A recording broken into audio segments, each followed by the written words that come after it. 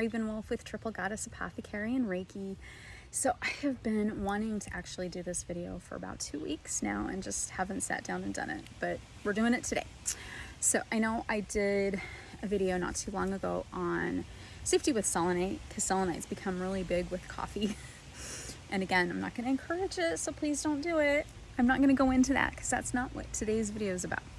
Today's video is about cemeteries and cemetery walking, but there is a little bit to do with crystals and us being conscious of respect to the dead.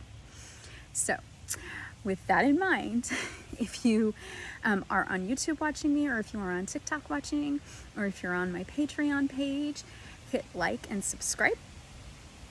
And you can always on YouTube get notified when new videos post. All right, so for fun, I work part-time. It's very, very, very part-time, doing evening cemetery tours here in the Chicagoland area. So they're a lot of fun to do. It's a paranormal situation where we go and we get to interact with the spirits and the residents of the cemeteries. And there's a lot of amazing historical figures actually buried in the Chicagoland area. And one of the cemeteries we do is in Forest Park. There's a ton of cemeteries in Forest Park. As a matter of fact, there are more deceased residents in Forest Park, Illinois than there are living. So, and you can Google that. That is a known fact. There are tons of cemeteries in Forest Park. But when we go to cemeteries, you know, it's our loved ones, or it might be somebody else's loved one that's buried there. And we need to show respect for those who have passed.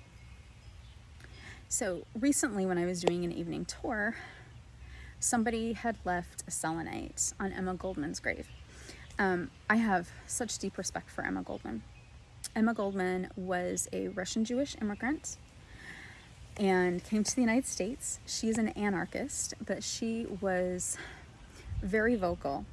She passed away in 1940, and so for a woman during the time period of the turn of the century to be as vocal as she was, she got a lot of rights for women and a lot of rights for the working class, and her goal was to get liberty and freedom for everybody.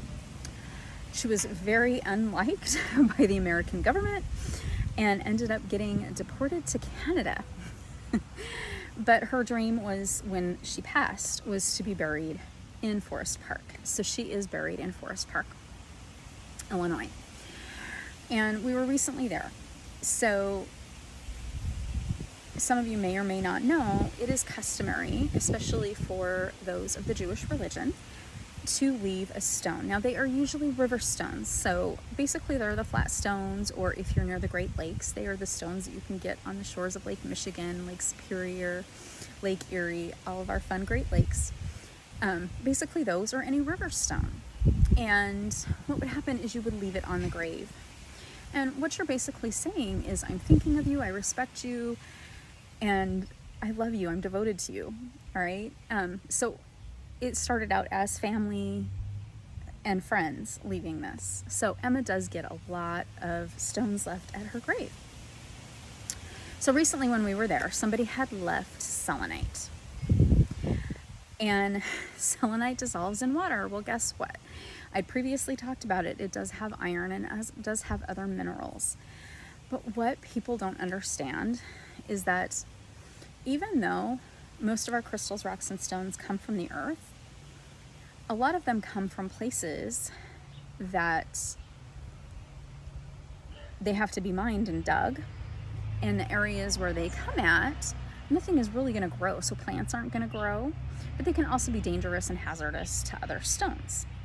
So when we're looking at these turn of the century headstones, a lot of them, the material that they are made out of, they can actually disintegrate faster if we leave the wrong types of stones. So you're totally, totally safe, and it's totally respectful to leave river stones. But selenite, that can actually damage a headstone. So that's kind of a scary thing, and it's disrespectful to remove it from a headstone because it's a gift that somebody has left for the deceased. So even if you're leaving a gift for one of your relatives, you want to be really conscious. So any stone that can dissolve in water usually does have other minerals, And even if it says it doesn't dissolve in water, over time it is going to eventually dissolve. And when that does happen, it is going to cause damage. So certain stones can damage other stones. So we do want to be extremely conscious of that fact. And the other thing you want to think about is that if you work with spirits, if you're clairsentient, clairvoyant, if you're a medium, you'll be able to get the sense if the spirit even likes that a stone has been left. For example, I know somebody who, out of the kindness of their heart, they wanted to leave stones as a respect. They happen to leave stones that you can actually use to protect your house from spirits entering or from bad energy entering, and they're very strong. They happened to make a grid that kept the spirit in place. A medium had to go and talk to the spirits and actually was asked by the spirits to remove these particular stones. They happened to be, and this is a big problem, they happened to be pink Himalayan rock salt. Nothing grows where salt is, all right? Nothing grows. There's a reason for that. Salt actually kills the soil. And tourmaline, black tourmaline. And black tourmaline eventually will actually, as it gets wet, it does emit different minerals and chemicals that, well, I should say minerals that will actually eat away at other stones. So it's not like friendly with other stones, if that makes sense. But the salt is even worse. So when you think about when we are like salting our driveway when it's icy out and salting like the sidewalks, they get damage over time. Sorry, my allergies. I love being outside, but my allergies are really kicking up right now. So I am human. Thought I could make it through without a drink.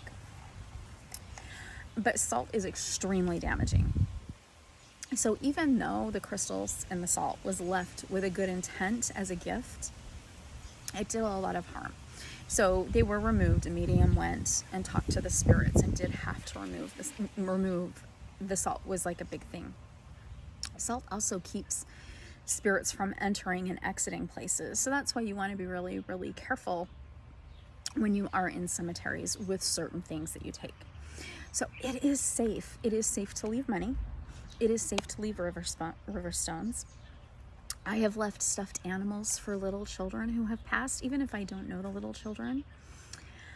Flowers are always just such a safe thing to leave at the cemeteries.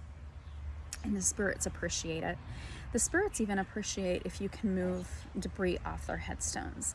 So sometimes you'll just have a memorial headstone that will be flat on the ground, not something sticking up. Especially when you're in memorial gardens. Those are bigger now than getting the traditional headstones. And what tends to happen is the grass goes over the headstones. And it's the family's responsibility to clear it. So yes, the cemetery does mow the lawns, but they don't weed eat around every headstone. And that would, like, staffing wise, that would cost them a lot of money. So they're not going to do it. So it's the family's responsibility. So when you're around and you see somebody's headstone, say hello to them. You have their name. You can say hello. So for example, Grace Hemingway, Ernest Hemingway's aunt, is buried in Forest Park. And she's actually buried by her brother, which is Ernest Hemingway's father and mother.